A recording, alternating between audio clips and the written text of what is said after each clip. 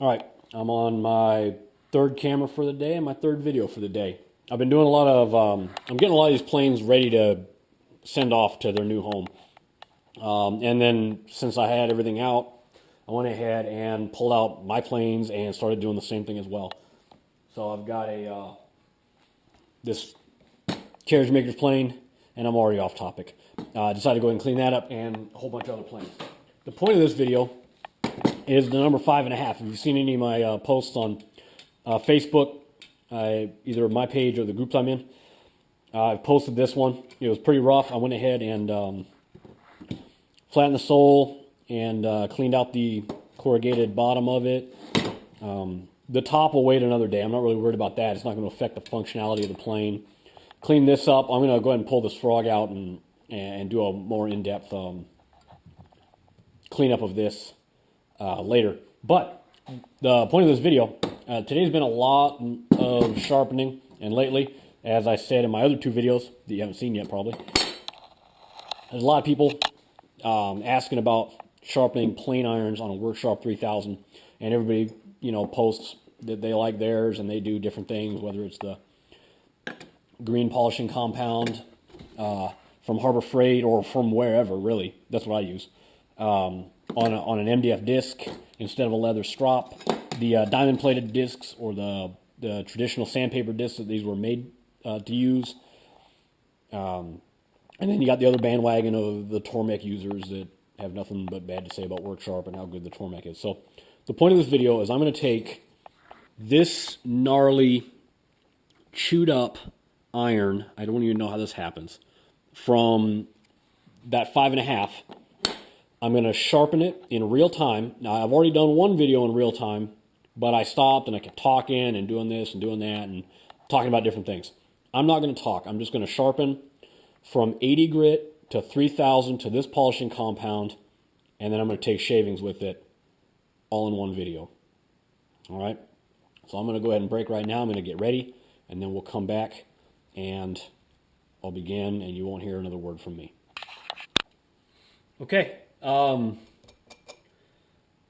Brand new 80 grit sandpaper. This is a Harbor Freight, so it wears out real fast, but it still gets the job done. I'm going to run through this video as soon as I begin. I'm not going to talk anymore. I'm going to run through these grits twice. I'm going to go on the back of the iron to flatten it all the way up, and then I'm going to go again with the jig to get those teeth out, because they don't need to be there, and take it all the way up to an edge, and then I've got some wood that we're going to plane. I'm going to get some paper, and we'll begin. Now we begin.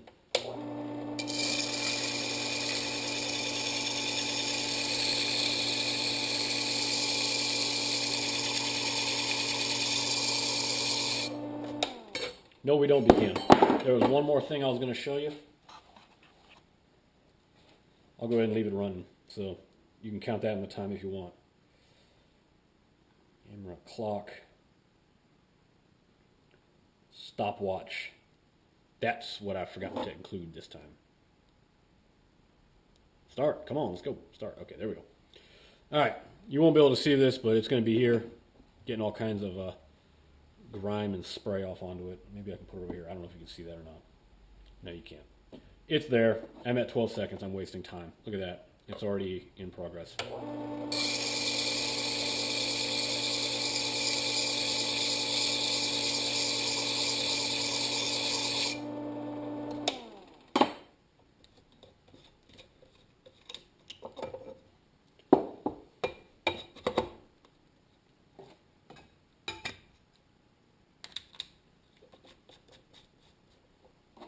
Grit.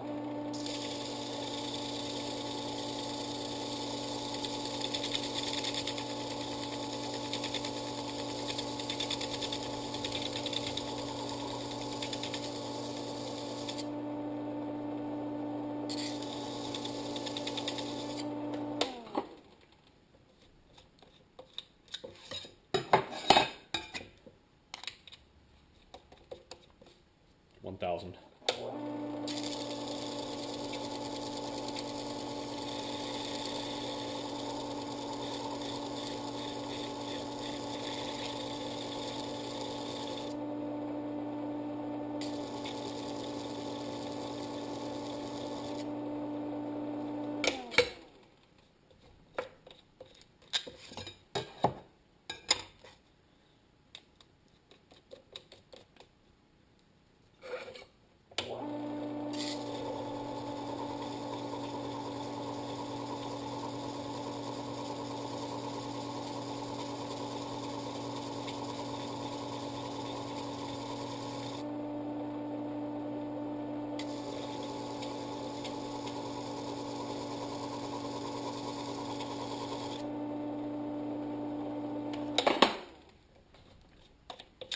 at 3,000. Switch over to paste.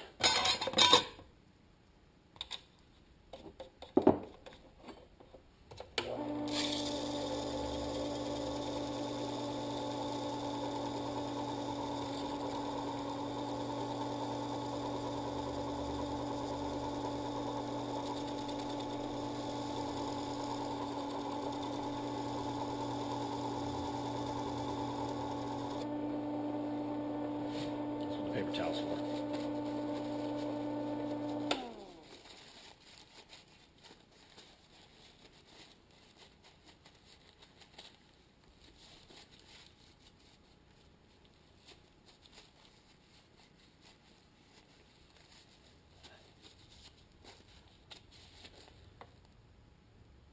It's got some pitting on the back. All right, I'm gonna work on the front now.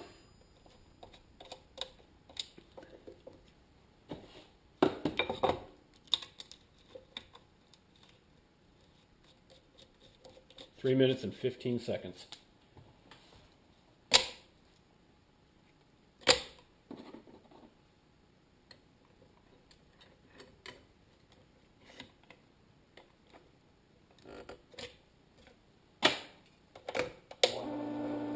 Remember those teeth.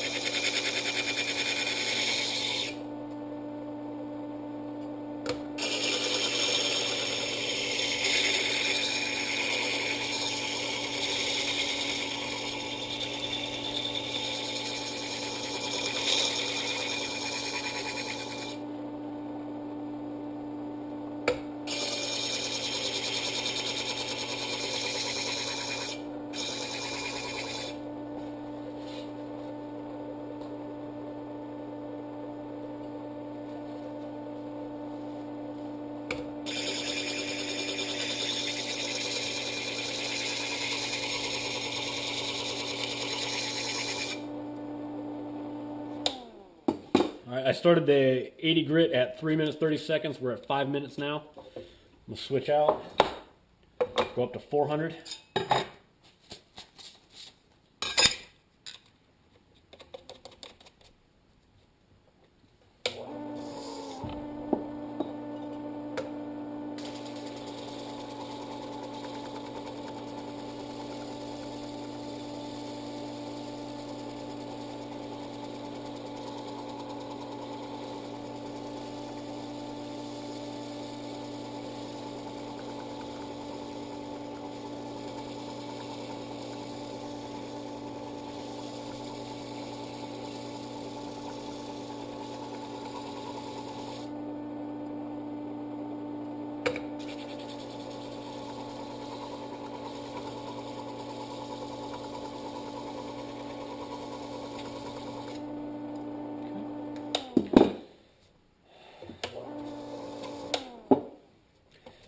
All right, we're at 6 minutes and 10 seconds. I'm switching to 1000 grit now.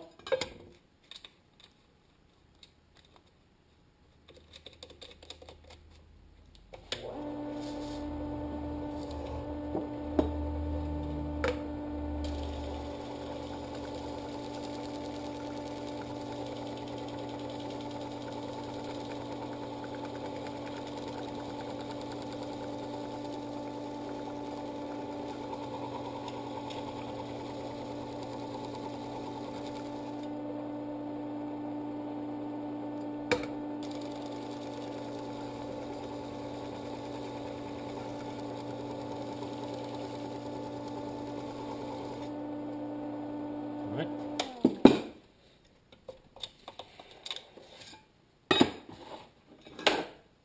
Seven minutes.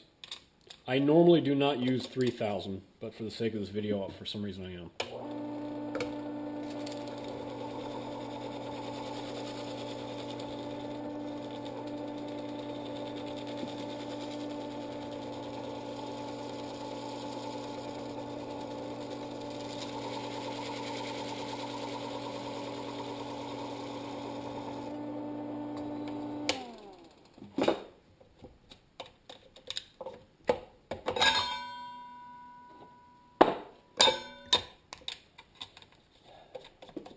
Seven minutes, 45 seconds.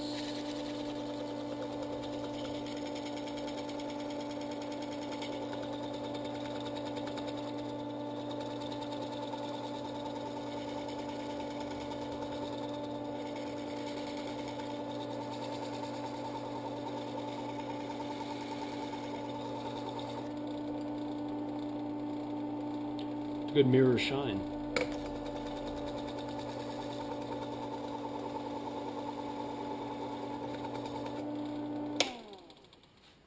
Remove that. I'll take the burr off the back of it.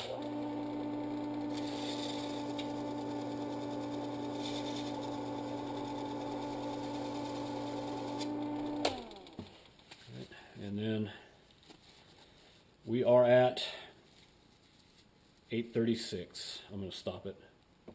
So all I'm doing now is wiping this off very carefully. I've lost many fingerprints doing that, as I say on the end of each of these 3 videos so far. Alright, so let's move that out of the way. Get this stuff out of the way because I don't need it anymore. Move the camera view. Hopefully you can see this because I didn't have my monitor set up. Don't need that. This, I don't know why my camera just cut out. This is not the iron itself. I mean, this is my chip breaker, so obviously this is a one-time deal.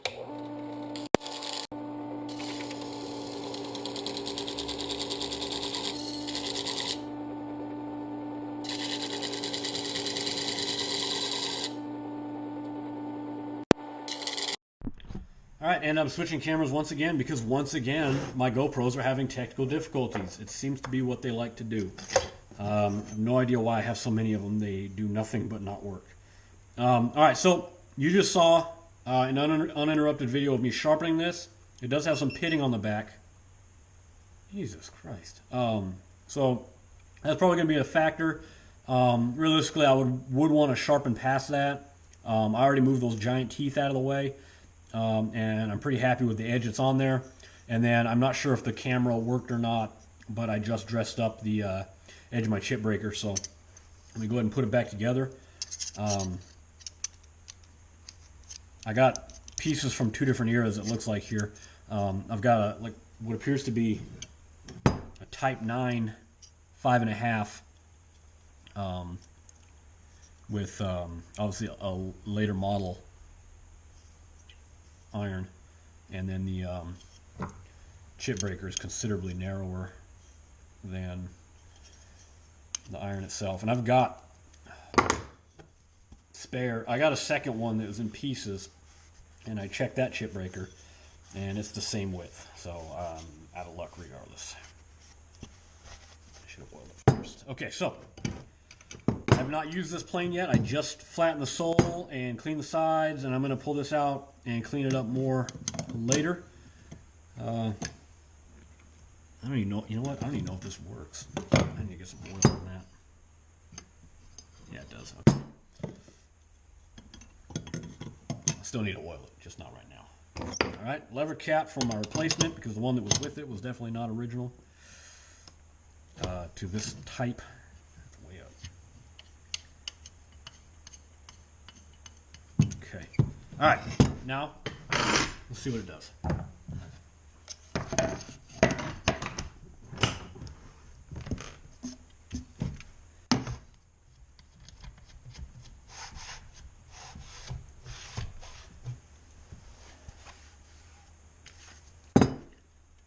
it down. It has a very tiny mouth opening.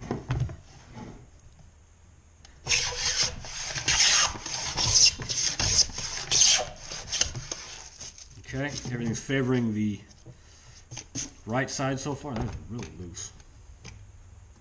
It's loose. Let me tighten that up.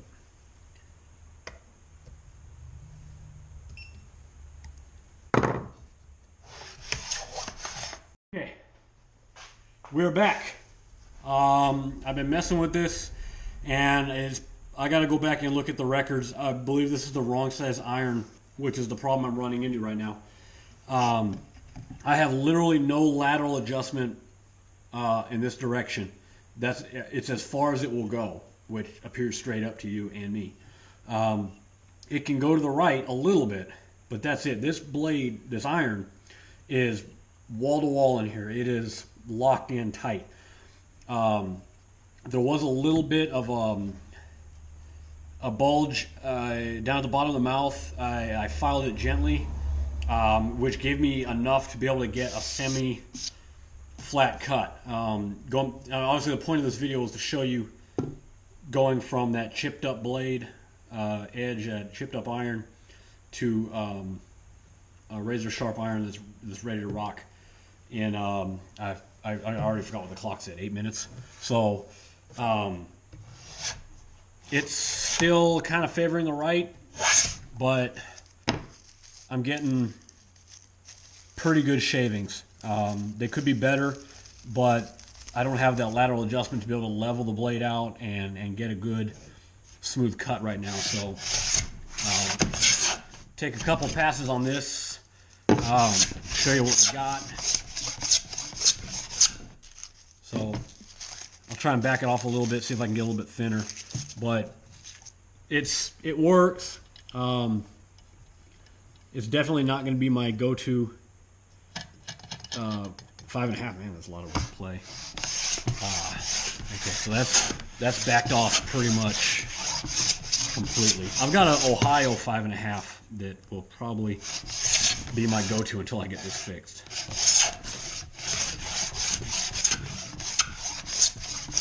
I flattened that one at the same time. I just haven't sharpened it yet.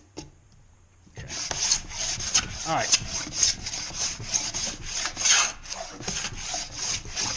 This is just a scrap piece of pine. I don't even know what it's from. It's probably from a crate. So it's got knots in the corners. And you know, honestly, you see people use hand planes all day long on YouTube on pine. So you know, you plain pine all day long. So let's try a good piece of cherry. The earlier videos I used on my number 3 and a couple other videos, I've already smoothed this out pretty good. You know what? This side hasn't been. This side's still rough and still have that scallop from my thickness planer. All right, so let's see what happens.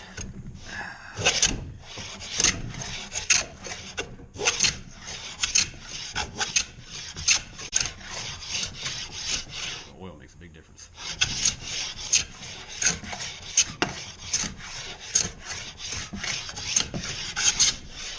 Okay, let's get that out of the way. Let's give it a little bit more bite.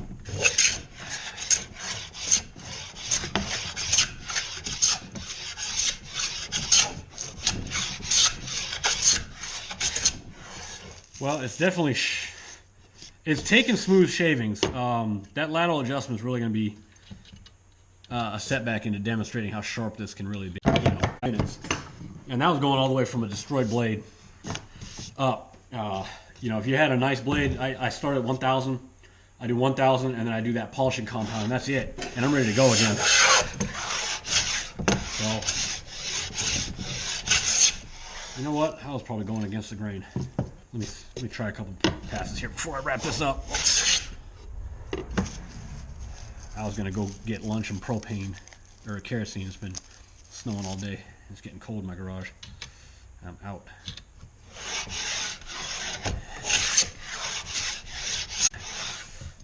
A little bit. Not yet.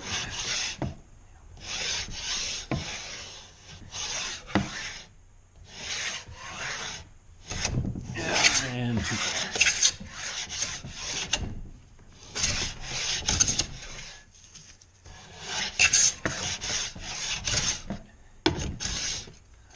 Nothing yet. I mean, it's working, but it's not. This guy needs some work, unfortunately. Well, what an anticlimactic video. But I can show you another iron. It was just as chewed up. This is from the other video I did. That I cleaned it up. I just flattened this one. And so it's grimy. And just flattening it means the iron's retracted all the way. And it's dirty. It needs to be cleaned. Come on. Right there. There we go. Oop, too far.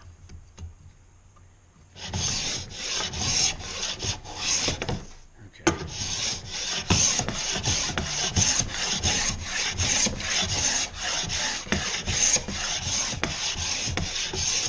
Okay. This iron just underwent the same treatment earlier today. It was probably in worse condition.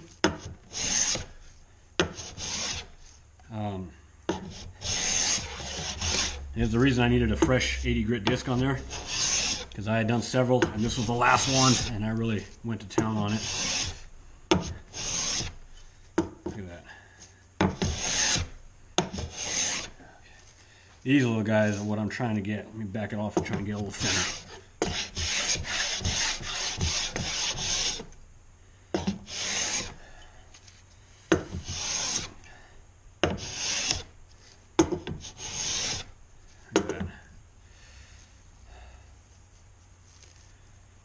That's the result of a work sharp on a plane that didn't need further tuning. So it's been a long watch. Sorry, I kind of took a ride.